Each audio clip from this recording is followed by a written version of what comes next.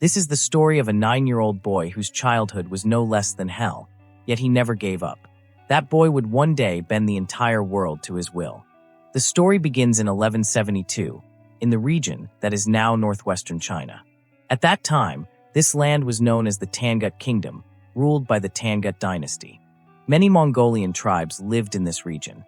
Each tribe was led by a chief known as a Khan. These Khans were bitter enemies of each other. Every tribe wanted power, and because of this, wars were constant. Countless people died in these brutal battles. There were no laws, no rules in the Mongol world.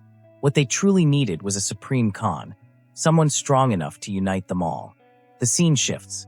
We see a man named Yasugei, a minor Khan from western China. He is traveling with his 9-year-old son, Temujin. Yasugei is on this journey to find a future wife for his son. As night falls, they stop at a friendly tribe to rest. While Temujin stands near his horse, a young girl approaches him. Her name is Börte. She asks him his name and why he has come there. Temujin tells her that he is traveling with his father to find a wife for him. Börte looks at him and calmly says, "You should marry me." Then she walks away. Later that night, Temujin sits beside his father. Yasugei tells him that he wants a wife for him from the strongest tribe, because only a powerful alliance would ensure survival. Temujin refuses. He says he wants to choose his own wife. After Temujin insists, Yasugei finally agrees and allows him to choose a girl from his friend's tribe. The next morning, all the girls of the tribe are lined up. Yasugei carefully examines their legs, believing that a woman with strong legs would be strong enough to support her family. After inspecting everyone, Temujin chooses Börte. Their marriage is decided. However, according to tribal custom, they cannot live together for 5 years. Soon after, it is time for Temujin and his father to leave. Before departing, Temujin gives Börte a necklace and promises that he will return for her. Temujin and Yasugei continue their journey. After traveling some distance, they stop to rest again. They are tense because nearby they see another Khan's camp. After some time, a man from the other Khan approaches with a bowl of milk, a symbol of peace. Yasugei accepts it and sends a bowl of milk back as a sign of trust. His men warn him not to drink it himself and suggest giving it to a servant first. But Yasugei refuses, saying he does not want to insult the other Khan. He drinks the milk. The other Khan also drinks the milk Yasugei sent. Later, as Yasugei and Temujin resume their journey, Yasugei suddenly feels intense pain. He falls from his horse and dies. The milk had been poisoned. Temujin rushes to his father, but the tribe abandons them. According to tradition, only the strong deserve loyalty. With Yasugei dead, his people leave in search of a new leader. Temujin and his mother perform Yasugei's final rites. Yasugei's livestock, horses, sheep, and goats, are taken by his most trusted warrior, Targatai. Temujin's mother warns Targatai that her son will return one day for revenge. Targatai follows tribal law. Before killing someone, they measure their height against a cartwheel. Children are not executed. Temujin is still too short and too young, so he is spared. But Targatai warns that he will return next year when Temujin is taller. Winter arrives, and Temujin has nowhere to hide. He remembers his father's words, that God Tingri helps in times of need. Temujin heads toward the sacred mountain. On the way, he slips onto a frozen lake and falls into icy water. He nearly drowns. A boy his age named Jamukha saves him. Jamukha and his brother take Temujin home and feed him. To seal their bond, Jamukha and his brother cut their hands, mix their blood with milk, and ask Temujin to drink it. Temujin drinks. From that moment on, they are brothers by oath. The next morning, Targatai arrives searching for Temujin. His men capture Temujin and measure his height again. He is still too short. Instead of killing him, they imprison him with a wooden collar around his neck. An old man in the camp secretly feeds Temujin and treats his wounds. One day, during a storm, everyone runs for shelter. The old man frees Temujin. Temujin escapes with the wooden collar still around his neck. He reaches the mountain his father spoke of and prays to Tungri. Suddenly, he sees a white wolf. At that moment, the wooden collar falls off on its own. Years pass. In 1186, Temujin is now a young man. Targatai captures him again and imprisons him in the same collar. This time, Temujin is tall enough to be killed. But Targatai wants him to beg for mercy. Temujin refuses.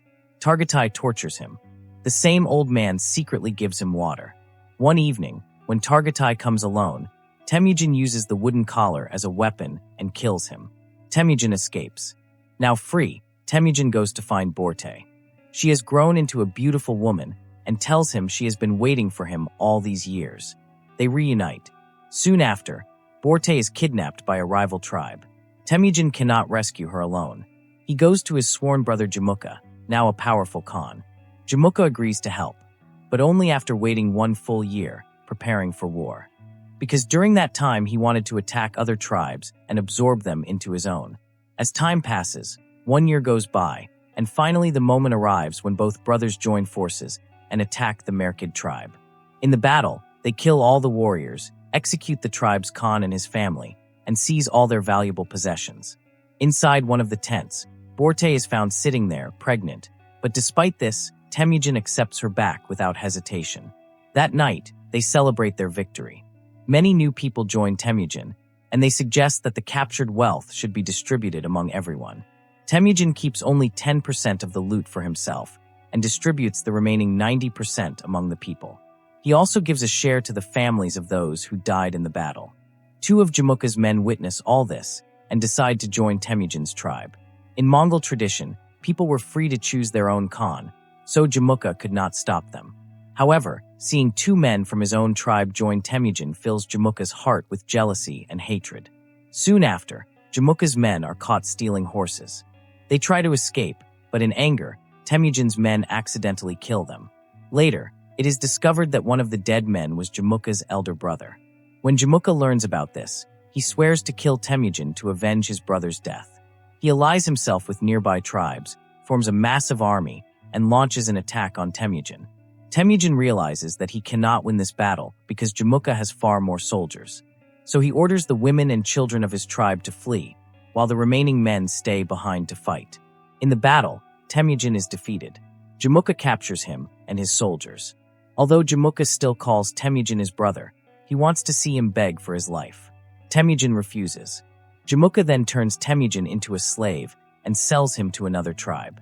As punishment, Temujin is forced to walk long distances through the desert. After traveling for a long time, they reach a city ruled by the Tangut dynasty. Temujin is tied up in a public place so people can look at him and buy him like an animal. One day, the king of that kingdom visits the market. He notices Temujin and wants to buy him for a few coins. His advisors try to stop him, but the king still buys Temujin. Temujin is then kept in a cage-like room in the middle of the city, where people mock him and laugh at him every day. A Buddhist monk visits him daily and apologizes for his suffering. One day, Temujin makes a deal with the monk. He promises that if the monk finds his wife, he will never harm this city in the future. The monk goes into the desert to search for Börte, but due to the heat, the old man collapses and dies. Luckily, Börte finds the monk's body and sees the necklace Temujin once gave him. This confirms that Temujin is still alive. Börte immediately goes to the city and finds Temujin locked inside the cage. That night, she bribes the guards and helps him escape. Temujin discovers that his son has grown up, and Börte has also given birth to a daughter. Börte brings him home, and the family finally begins to live peacefully together. One day, Börte tells Temujin that all Mongols are the same. They steal, kill, and destroy each other without reason. Her words deeply affect Temujin. He leaves his family and decides to unite all tribes and create a new Mongol kingdom based on laws and discipline. He vows that even if he has to kill people to achieve this goal, he will not stop. He establishes 3 rules. Women and children will never be killed. The enemy will be fought until the last breath. No one will ever betray their Khan. The scene cuts to the year 1196. Temujin has now conquered many tribes and united them into a powerful Mongol force. Only one obstacle remains between him and becoming the ruler of all Mongols, Jamukha. Jamukha also commands a massive army, and both brothers prepare for a final battle. Temujin tries to reason with Jamukha instead of fighting him, but Jamukha recklessly sends his soldiers into battle. As a result, Jamukha's army is completely destroyed. After hours of fighting, Temujin emerges victorious and captures Jamukha and his remaining men alive. Instead of killing Jamukha's surviving soldiers, Temujin recruits them into his own army. Temujin notices the old man who once helped him escape in childhood and appoints him as his tribal advisor.